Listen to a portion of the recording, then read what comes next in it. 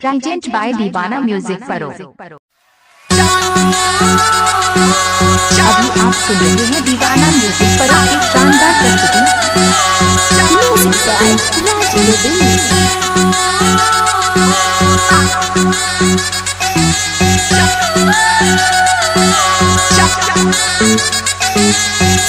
By power star Dharmendra. हे जन्नत से उतरलो आहा परी लागे छी ए जाना। हे जो हमारा दिल से पूछू फूल झड़ी लागे छी। ओ छाती में घुस तेरे रे। हे जन्नत से उतरलो आहा परी लागे छी।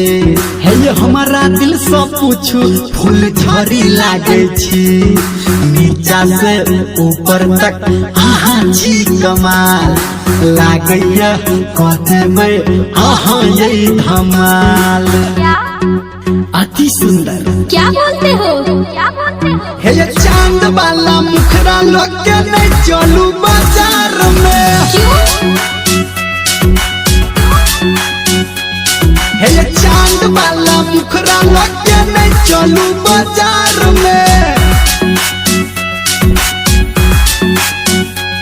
हे ये मेकअप वाला मुखरा लोग के नहीं चलू बाजार में। क्या प्रॉब्लम है?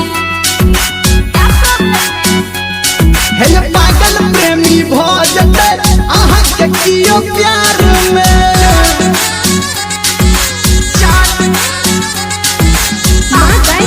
Recording studio.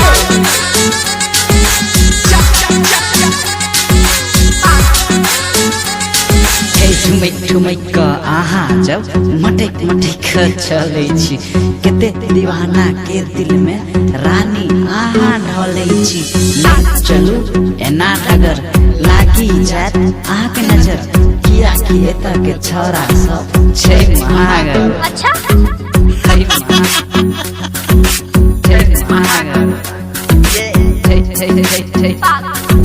कुछ भी बोलते हो? हे चांद वाला मुखरा लोग के नहीं चलू बाजार में। हे मेकअप वाला मुखरा लोग के नहीं चलू बाजार में।